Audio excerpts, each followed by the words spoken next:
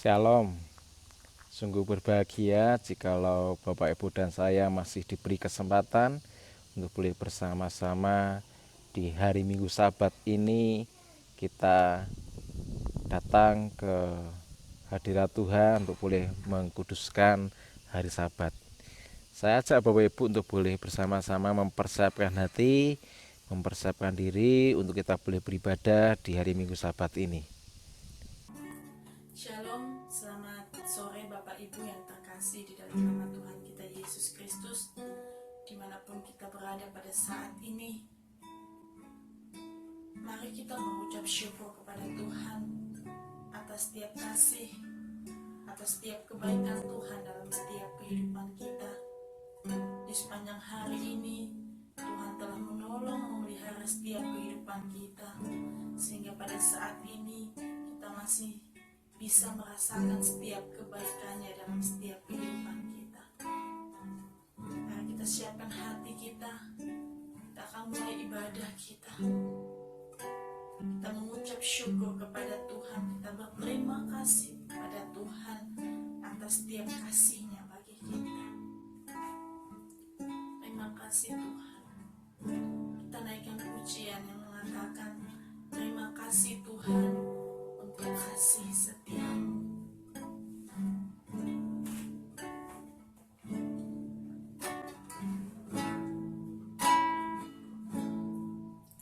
Terima kasih Tuhan untuk kasih setia-Mu yang ku alami dalam hidupku. Terima kasih Yesus untuk kebaikan-Mu sepanjang hidupku. Terima kasih Yesusku, buat anugerah yang Kau beri sebab hari ini Tuhan adakan syukur bagi-Mu.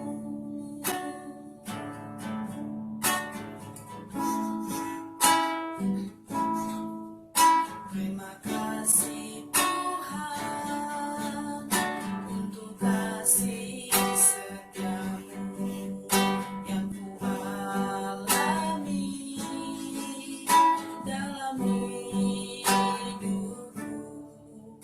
Terima kasih Yesus untuk kebaikan-Mu sepanjang hidupku. Terima kasih Yesusku,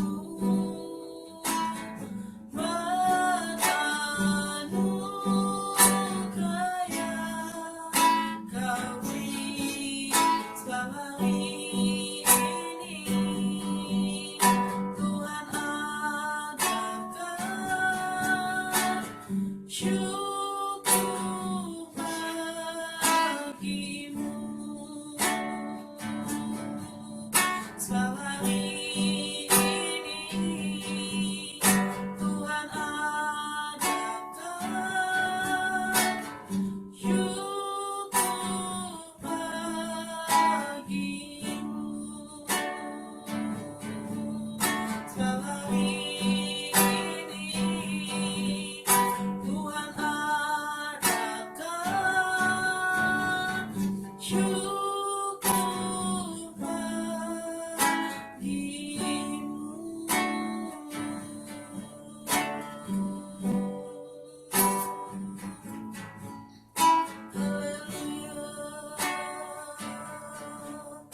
Haleluya, haleluya. Terima kasih Tuhan. Terima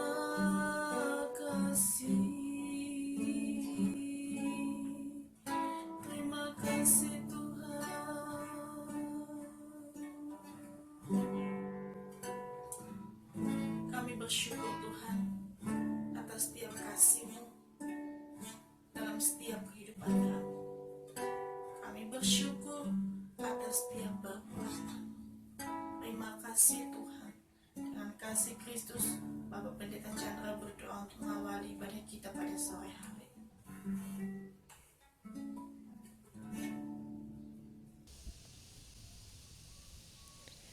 Bahwa sesungguhnya pertolongan itu datangnya daripada pihak Tuhan Allah yang telah menjadikan langit dan bumi serta segala alam. Dia yang senantiasa setia di dalam memelihara seluruh pekerjaan tangannya dan yang tidak pernah sedetik pun meninggalkan setiap kita. Kiranya turunlah atas setiap kita pada kesempatan saat ini dan anugerah dan berkat dengan damai sejahtera dan rahmat yang berasal dari Allah Bapa, Allah Putra, Allah Kudus di dalam nama Tuhan Yesus Kristus. Terberkatilah kita saat sekarang ini. Kami berdoa untuk bangsa dan negara kami di situasi sedang menghadapi corona. Kiranya Tuhan berkati supaya bangsa kami boleh terbebas, terlewatkan daripada wabah bencana ini ya Tuhan. Berkat-Mu juga boleh ada untuk para dokter, tenaga medis. Kiranya mereka pun juga diberkati Tuhan, dijaga, dilindungi oleh Tuhan. Kami memohon anugerah-Mu untuk ibadah kami saat ini. Biar Tuhan yang jamah, Tuhan yang berkati. Kasih karunia Tuhan boleh ada untuk setiap kami. Dimanapun kami berada, biar kami boleh menikmati hadirat-Mu. Berkat-Mu ada untuk setiap perlengkapan yang kami pakai. Biar Tuhan berkati dalam nama Yesus. Haleluya. Amin. Saat ini kita siapkan hati kita untuk mendengarkan firman Tuhan. Kiranya firman Tuhan pada hari ini menguatkan setiap hati kita. Apapun yang menjadi setiap masalah kita, apapun yang menjadi setiap pergumulan kita, mari saat ini kita datang di hadirat Tuhan. Kita yakin dan percaya Tuhan yang akan memberikan kekuatan bagi kita melalui kita mendengarkan firman. Kita naikkan pujian yang mengatakan seperti rusa yang haus.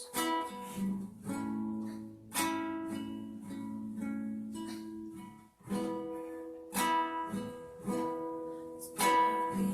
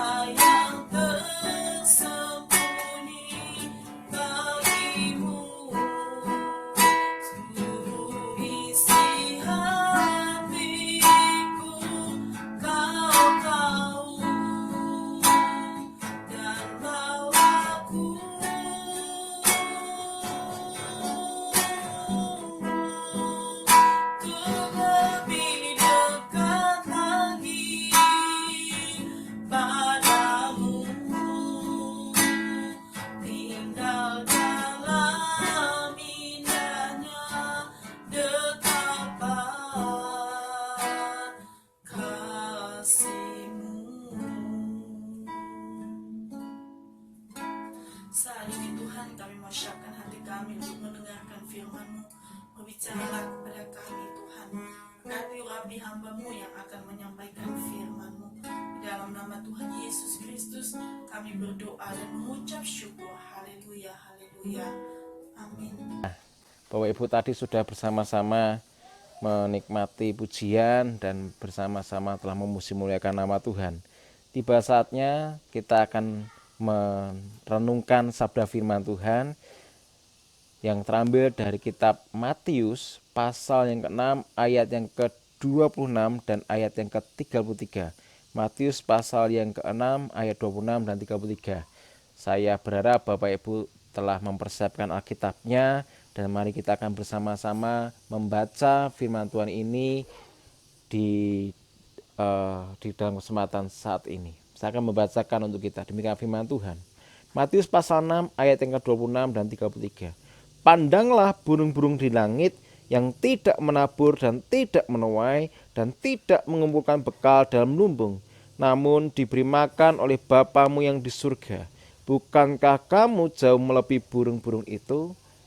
Kemudian kita akan lompat di dalam Matius pasal 6 ayat 33. Tetapi carilah dahulu kerajaan Allah dan kebenarannya, maka semuanya itu akan ditambahkan kepadamu. Mari Bapak Ibu kita akan bersama-sama berdoa sebelum kita merenungkan sabda firman Tuhan ini. Sungguh kami bersyukur Tuhan adalah Tuhan yang hidup, Tuhan adalah Tuhan yang hadir di dalam kehidupan setiap kami. Kau bukan sekedar Allah yang jauh, tetapi Engkau adalah Allah yang dekat, Allah yang terus memperhatikan dan mengawasi kehidupan kami. Kau adalah Allah yang boleh menyediakan segala sesuatu yang kami perlukan. Terima kasih ya Tuhan, dan biarlah kebenaran firman-Mu pada saat ini boleh memberkati kami, boleh menguatkan kami, boleh menghiburkan kami. Bila firman-Mu Tuhan boleh taburkan ke dalam hati kami. Berfirmanlah ya Tuhan, di dalam nama Yesus, hamba-Mu hanya manusia biasa, penuh dengan keterbatasan kelemahan, kiranya Allah Kudus boleh memberkati, mengurapi hamba-Mu. Dalam nama Yesus, haleluya, amin. Bapak Ibu yang dikasihi Tuhan, mari kita merenungkan baik-baik, mempertanyakan baik-baik di dalam posisi kita sedang menghadapi COVID-19 ini, Bapak Ibu. Sedang menghadapi wabah corona hari-hari ini. Sekarang kita renungkan, pertanyakan baik-baik di dalam hati kita. Karena saya percaya yang bisa menjawab adalah hati kita. Kira-kira pada waktu kita sedang menghadapi bahaya, menghadapi situasi wabah corona ini, kira-kira kita menempatkan Tuhan, memposisikan Tuhan itu nomor berapa, Bapak Ibu? Jangan-jangan setiap harinya saat kita bangun pagi, yang kita lihat cuma informasi berkaitan dengan wabah corona ini. Oh, hari ini yang sakit tambah sekian. Oh, hari ini yang kena adalah si A. Oh, yang hari ini sembuh adalah ini. Pembicaraan hal pasari hanya ngomong tentang wabah, wabah, wabah. Pembicaraan hanya seputar, oh ini bahaya, oh ini bahaya, oh ini bahaya. Mari Bapak Ibu pertanyakan, apakah di dalam situasi COVID-19 ini, masihkah kita menempatkan Tuhan di dalam posisi yang pertama dan yang utama? Mari kita pertanyakan itu. Memang situasi memang begitu darurat, begitu membahayakan. Tapi biarlah kita tetap di dalam setiap waktu, di dalam setiap kesempatan, jangan lupa untuk menaruh Tuhan, menempatkan Tuhan di dalam prioritas paling utama di dalam kehidupan kita. Put Jesus the first. Tempatkan Tuhan menjadi yang pertama di dalam kehidupan kita. Bangun pagi, berdoa, cari Tuhan. Siang hari dalam segala aktivitas kita, cari Tuhan. Malam hari sebelum tidur, cari Tuhan. Bapak Ibu, saya percaya bagian firman Tuhan yang telah kita baca bersama-sama di dalam Matius pasal 6, rangkaiannya sebenarnya dari ayat 25 sampai dengan ayat 34 adalah sebuah rangkaian firman Tuhan yang Bapak Ibu dan saya sudah bersama-sama tahu, bersama-sama hafal Bapak Saudara mengenai hal kekhawatiran. Namun sayangnya kebenaran firman Tuhan yang sudah kita tahu, sudah kita hafal ini tidak serta-merta membuat kita bisa menerapkan dalam kehidupan kita sehari-hari. Saat firman Tuhan yang Tuhan telah jabarkan dan sudah kita hafal dan kita sudah berkali-kali dengarkan khotbah tersebut, seringkali saat kita menghadapi kekhawatiran atau ketakutan itu seringkali membuat kita betul-betul khawatir, betul-betul cemas, dan kita kemudian meniadakan atau melupakan Tuhan. Sehingga pada kesempatan sore malam hari ini saya mengajak Bapak Ibu untuk bersama-sama dengan saya, yuk mari kita dengarkan renungan kembali bagian firman Tuhan ini dan kita kembali menempatkan Tuhan menjadi yang utama dalam kehidupan kita. Matius pasal 6 merupakan rangkaian daripada khotbah Tuhan Yesus di atas bukit. Dari Matius pasal 5 sampai pasal 7 itu adalah rangkaian khotbah Yesus di bukit. Jadi khotbah perdana Yesus di antara orang banyak saat Yesus pertama kali tampil di muka umum. Dan bagian khotbah Yesus di bukit ini mengajarkan banyak hal. Mengajarkan banyak nilai-nilai rohani yang istimewa. Salah satunya adalah mengenai hal kekhawatiran ini.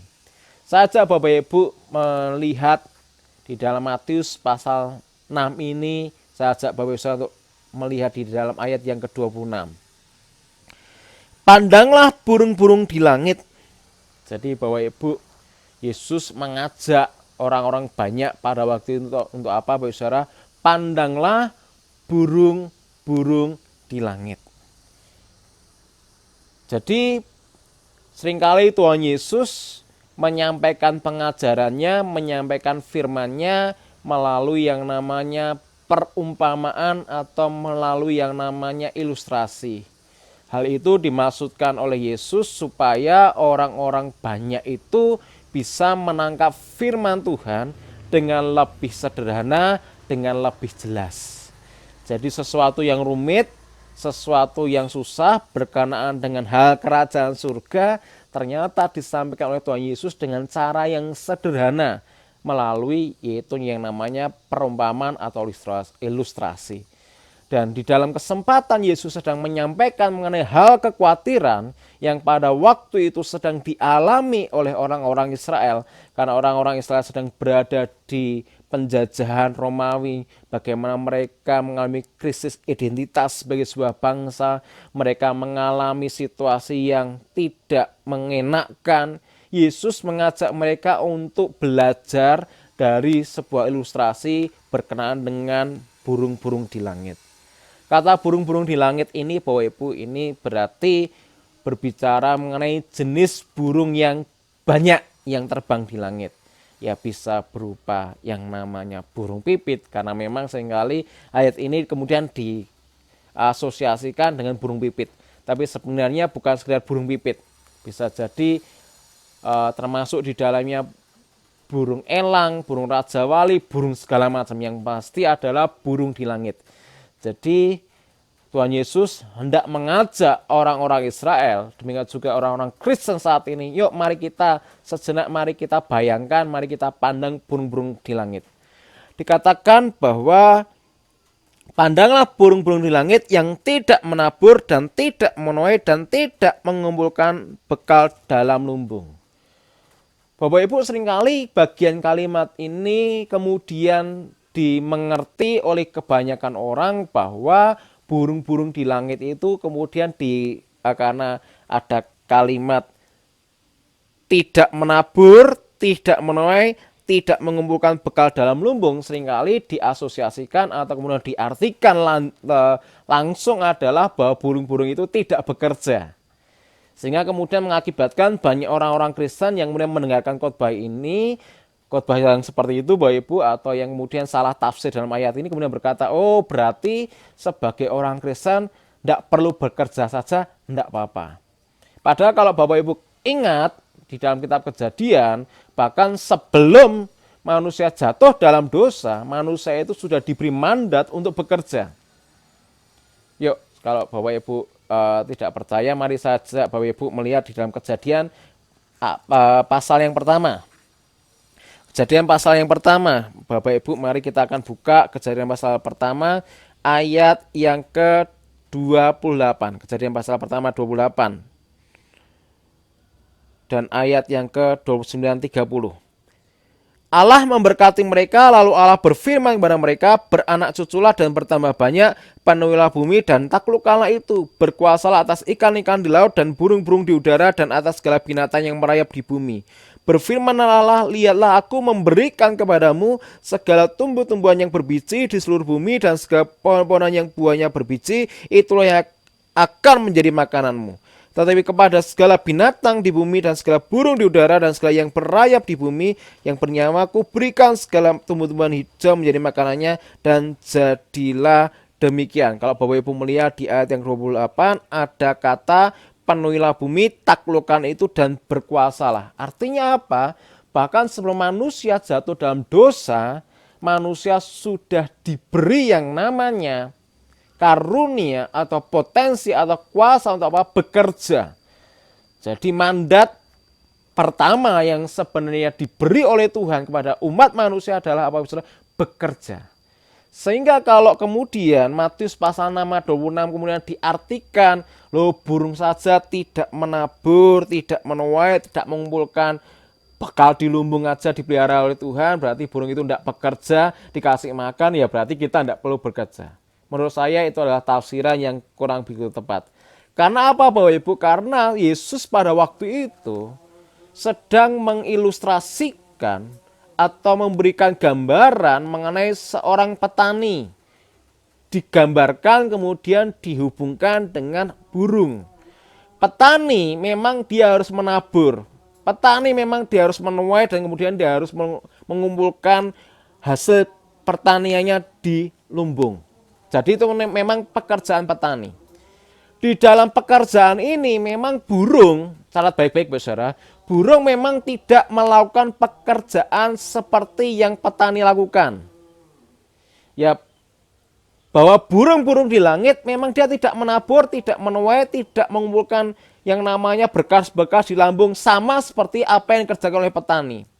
Tetapi burung itu Bapak Saudara, walaupun dia tidak menabur, tidak menuai, tidak mengumpulkan bekal di lumbung Bapak Saudara, tetapi sebenarnya dia juga melakukan yang namanya pekerjaan. Dia melakukan sesuatu yang kemudian berguna juga untuk petani. Yang pertama adalah burung itu punya fungsi atau dia bertugas, dia membantu penyerbukan alamiah daripada tanam-tanaman. Jadi secara alami pada waktu burung ini kemudian ada di yang namanya tanaman, dia kemudian tanpa sadar mungkin mengambil biji-bijian dan mengambil serbuk sari dan kemudian dia terbang, ternyata tanpa sadar burung itu kemudian melepaskan atau jatuh itunya biji-bijian atau kemudian berkas-berkas yang diambil, dan itu yang kemudian membantu penyerbukan tanaman-tanaman di ladang. Tapi yang kedua adalah ingat bahwa burung ini merupakan hewan yang kemudian punya fungsi sebagai predator alamiah daripada hama yang ada di ladang, entahkah berupa ular, entahkah itu berupa yang namanya tikus, serangga dan segala macam. Lah burung-burung itu punya yang namanya sifat alami sebagai predator. Jadi kehadiran daripada burung ini ternyata bermanfaat untuk menghalau hama-hama yang ada di ladang. Dalam artian ini berarti walaupun dia tidak menabur, walaupun dia tidak menuai, walaupun kemudian dia tidak menaruh sesuatu, menempatkan sesuatu di lumbungnya, dia tetap melakukan pekerjaan. Pekerjaan yang kemudian membuat dia bisa menolong, dia bisa memberkati orang-orang lain. Saya percaya situasi seperti ini relevan dengan kehidupan kita sehari-hari. Mungkin Bapak Ibu dengan saya hari-hari ini sudah tidak bisa melakukan pekerjaan selayaknya hari-hari biasa. Di mana Bapak Ibu dan saya memang harus stay at home, Bapak Ibu harus work from home atau kerja dari rumah. Bapak Ibu tidak bisa melakukan aktivitas seperti biasanya. Dan mungkin Bapak Ibu berkata, oh aku adalah orang yang nganggur. Oh Bapak Ibu berkata, aku adalah orang yang kemudian kehilangan pekerjaan, seperti itu. Tetapi walaupun Bapak Ibu ada di rumah, bukan berarti kemudian Bapak Ibu harus ongkang-ongkang kaki atau kemudian harus meratapi nasibnya. Karena apa saudara? Masih ada sesuatu yang Bapak Ibu bisa kerjakan. Masih ada sesuatu yang Bapak Ibu bisa lakukan. Dengan apa yang Bapak Ibu kerjakan di rumah, bisa jadi Bapak Ibu masih punya waktu intens untuk kemudian berkumpul bersama keluarga, mendidik anak, membesarkan anak, merawat anak, membantu anak mengerjakan PR dan segala macam. Itu pekerjaan Bapak Ibu. Bagaimana Bapak Ibu di rumah juga bisa lebih intens bermasyarakat dengan situasi, mungkin Bapak Ibu bisa terlibat ronda tetapi juga perlu jaga jarak, pakai masker dan segala macam. Bapak Ibu juga bisa tergerak dengan media sosial, bergerak dengan media sosial untuk kemudian meng-share berita-berita yang baik. Maksudnya adalah dimanapun Bapak Ibu berada, walaupun tidak bisa bekerja secara optimal, secara umum, Bapak Ibu masih bisa melakukan sesuatu yang berguna bagi orang-orang lain. Sehingga itulah kemudian ayat ini relevan, baik bahwa walaupun burung-burung di langit tidak melakukan pekerjaan sama seperti petani, tetapi dia tetap melakukan tugas alaminya sebagai seekor burung. Firman Tuhan berkata apa Bapak Ibu? Namun diberi makan oleh Bapamu yang di surga. Namun diberi makan oleh Bapamu yang di surga. Mari aminkan ayat ini, mari aminkan kalimat ini bahwa Bapak, Ibu, dan Saudara hidup di dunia ini tidak hidup sendirian. Tetapi Bapak, Ibu yang di surga masih memiliki Bapa yang di surga. Yang memberi makan Bapak, Ibu, dan saya. Kalau Bapak, Ibu ingat di dalam kisah Elia di tepi sungai Kerit. Selama 3,5 tahun Tuhan memelihara Elia dengan yang namanya burung gagak. Burung gagak diperintahkan oleh Tuhan kemudian mengantarkan makanan setiap hari. Selama 3,5 tahun kemudian Elia tidak mati tetapi Elia dipelihara oleh Tuhan.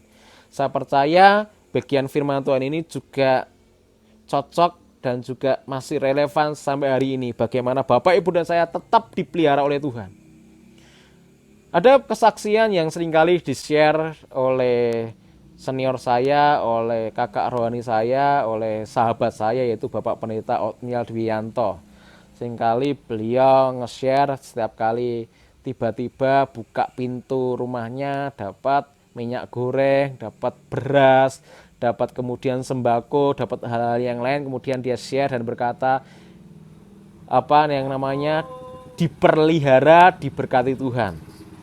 Saya percaya kejadian seperti ini juga dialami oleh banyak orang-orang Kristen, bukan sekedar pendeta, tetapi juga banyak orang percaya juga hari-hari ini, hari-hari yang berat ini, kok kalau bahasa Jawanya kok juk-juk atau dilalah kok ada orang yang kemudian nolong.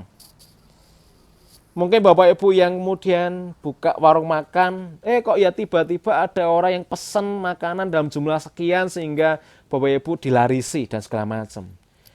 Percayalah itu adalah karena ada Tuhan yang memelihara, ada ya Tuhan yang kemudian memberi Bapak Ibu makan. Sehingga bukankah kamu jauh melebihi burung-burung itu? Jadi kalau burung-burung aja diberi makan oleh Tuhan, demikian juga Bapak, Ibu, dan saya pun juga akan diberi makan, akan dipelihara oleh Tuhan. Karena apa? Bapak, Ibu, dan saya lebih berharga dibanding burung-burung yang ada. Saya pernah Bapak Ibu kurang lebih sekitar 8 atau 9 tahun yang lalu pada waktu saya masih domisili di Magelang Bapak Ibu. Dalam situasi saya sedang tidak punya uang sama sekali. Kemudian saya harus melakukan perjalanan dari Magelang ke Salatiga karena saya harus melakukan tugas kantor di STT Fata. Pada waktu itu saya ngomong sama istri, uang kita sudah habis loh. Cuma cukup untuk kemudian bayar bensin untuk ke Salatiga. Saya pada waktu itu antara mau berangkat ke Salatiga melakukan tugas atau tidak itu kemudian menjadi sesuatu yang kemudian saya pertanyakan Bapak Ibu, mangkat apa ora. Tetapi kemudian saya karena ini sudah tugas, berangkat, walaupun kemudian resikonya adalah uang satu-satunya hanya cukup untuk beli bensin pergi pulang Bapak Ibu. Terus pada waktu saya sampai ke, kalau Bapak Ibu yang di Magelang mungkin tahu jembatan Canguk, pada waktu itu saya melihat ada seseorang minta maaf tidak punya kaki, kemudian dia minta di tepi jalan, dan ada sesuatu yang kemudian bersuara di dalam diri saya. Kalau kamu lihat, minta maaf Bapak Ibu, kalau kamu melihat orang itu di dalam kecacatannya, dalam keterbatasannya saja, dipelihara melalui banyak orang kemudian bersedekah kepadanya, masakan kamu seorang hamba Tuhan tidak kupelihara. Dan itulah kemudian membuat saya terketuk dan kemudian saya tertemplak seperti itu, dan kemudian saya minta maaf kepada Tuhan. Kenapa saya meragukan pimpinan Tuhan, saya meragukan pemeliharaan Tuhan. Oleh karena itu, Bapamu yang di surga tahu. Bapamu yang di surga memelihara. Tetapi kuncinya apa? Mari kita lihat di ayat yang ke-33. Ayat 33 berkata, tetapi carilah dahulu kerajaan Allah dan kebenarannya, maka semuanya itu akan ditambahkan kepadamu. Tetapi, berarti ini adalah sebuah syarat. Syaratnya apa? Syarat, carilah terlebih dahulu kerajaan Allah dan kebenarannya. Carilah dahulu kerajaan Allah dan kebenarannya di dalam pengertian yang sederhana. Berarti Bapak Ibu dan saya punya kewajiban untuk kemudian menemukan atau mencari Tuhan melalui doa, melalui pembacaan firman Tuhan, melalui pujian penyembahan yang Bapak Ibu Saudara dan saya harus lakukan setiap waktu, setiap hari. Daniel, di dalam kitab Daniel, 1 hari 3 kali dia mencari Tuhan. 1 hari 3 kali dia berdoa kepada Tuhan. Berarti Bapak Ibu dan saya pun harus meneladani Daniel. Bapak Ibu dipelihara oleh Tuhan. Saat apa? Saat Bapak Ibu menempatkan Tuhan menjadi yang nomor 1. Saat Bapak Ibu saudara menempatkan Tuhan menjadi yang paling prioritas dalam kehidupan Bapak Ibu. Carilah Tuhan. Carilah dahulu kerajaan Allah serta kebenarannya, maka semuanya akan ditambahkan kepadamu. Sehingga saat Bapak Ibu isi hidup Bapak Ibu hari-hari di dalam diri Bapak Ibu dengan pujian, penyembahan, cari firman Tuhan, berkomunikasi dengan Tuhan, kekhawatiran, kecemasan itu akan diangkat dari hidup kita, dan segala sesuatu yang baik akan ditambahkan di dalam diri kita. Sehingga pada saat ini, mari percayalah Bapak Ibu. Bapak Ibu masih punya Tuhan yang memelihara kehidupan Bapak Ibu. Masih ada Tuhan yang hadir dalam diri Bapak Ibu. Jangan takut, jangan khawatir. Tempatkan Tuhan menjadi yang paling utama, yang paling prioritas dalam kehidupan kita. Kiranya firman Tuhan boleh memberkati kita. Saya ajak Bapak Ibu untuk berdoa bersama-sama dengan saya. Kami bersyukur karena kasih karunia-Mu yang Tuhan telah beri di dalam kehidupan kami. Kami percaya Engkau adalah Allah yang hidup, Engkau adalah Allah yang memelihara kehidupan kami. Kami hanyalah manusia biasa, kami adalah manusia yang penuh dengan kekhawatiran, kecemasan, tapi kami percaya Engkau adalah Tuhan yang hadir, yang selalu hadir untuk boleh memberkati kami. Kami percaya Engkau adalah Allah Bapa yang memberkati kami, Engkau adalah Allah Bapa yang menguasai hidup kami, Engkau adalah Bapa yang memelihara kehidupan kami. Terima kasih ya Tuhan.